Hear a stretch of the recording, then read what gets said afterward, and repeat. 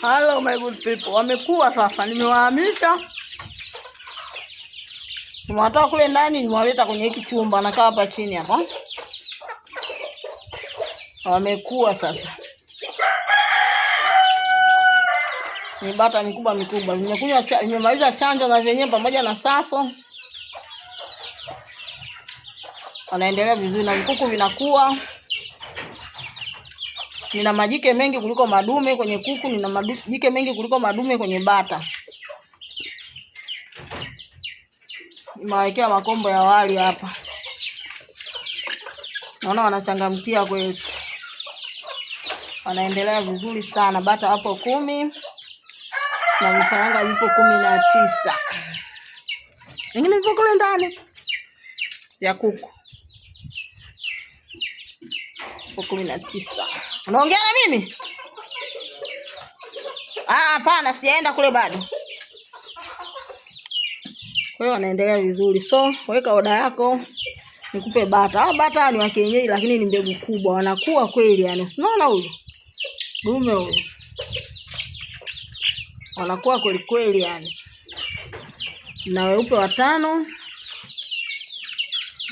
Na weupe 4 na mchanganyiko wako 6. So karibu sana. Tutakapoanza kuwapa dawa za mimea wale sasa na nao tutakuwa tunawapa. Yaani kote kote. Hii sufuria niliwawekea jana maji usiku hii. Walikuwa wamemaliza maji kwenye vyombo, nikaamua kuchota tu maji bombani nikaja nikawawekea huko. Wamemaliza sasa hivi natoa sufuria yangu. Wanaendelea vizuri na kuku wako vizuri, wamechangamka. Unaona watu wako busy. Very busy. Wamefurahi kwa kuja kwenye eneo kubwa. Nitaka niwachanganye na Saso kule lakini kaona bata wataniumizia Saso wangu magonjwa. Kwa nikaona watu wabaki na wenzao huku. Mkangafu kwa mikangafu. Napenda sana jamani. Love you so much. Tuendelee kusubscribe, kushare, kucomment. I love you so much. Ciao.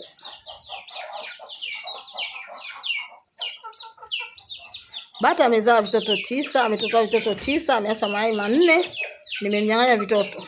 Nataka nione atarudi kwenye yale mayai. Ataniongezea walau kimoja kiwe cha 10. Kwani asinifikishe hata 10 tu, mayai 12. Alikuwa na mayai 13. Kwa hiyo ametoa 9, imebaki mayai 4. Angenitolea tu 10. Kwa hiyo nimemwacha na mayai, imetoa vitoto. Tutaona mwisho wa siku kama atarudi au ndo kisilani. Love you so much my people. Kama unataka bata weka oda yako.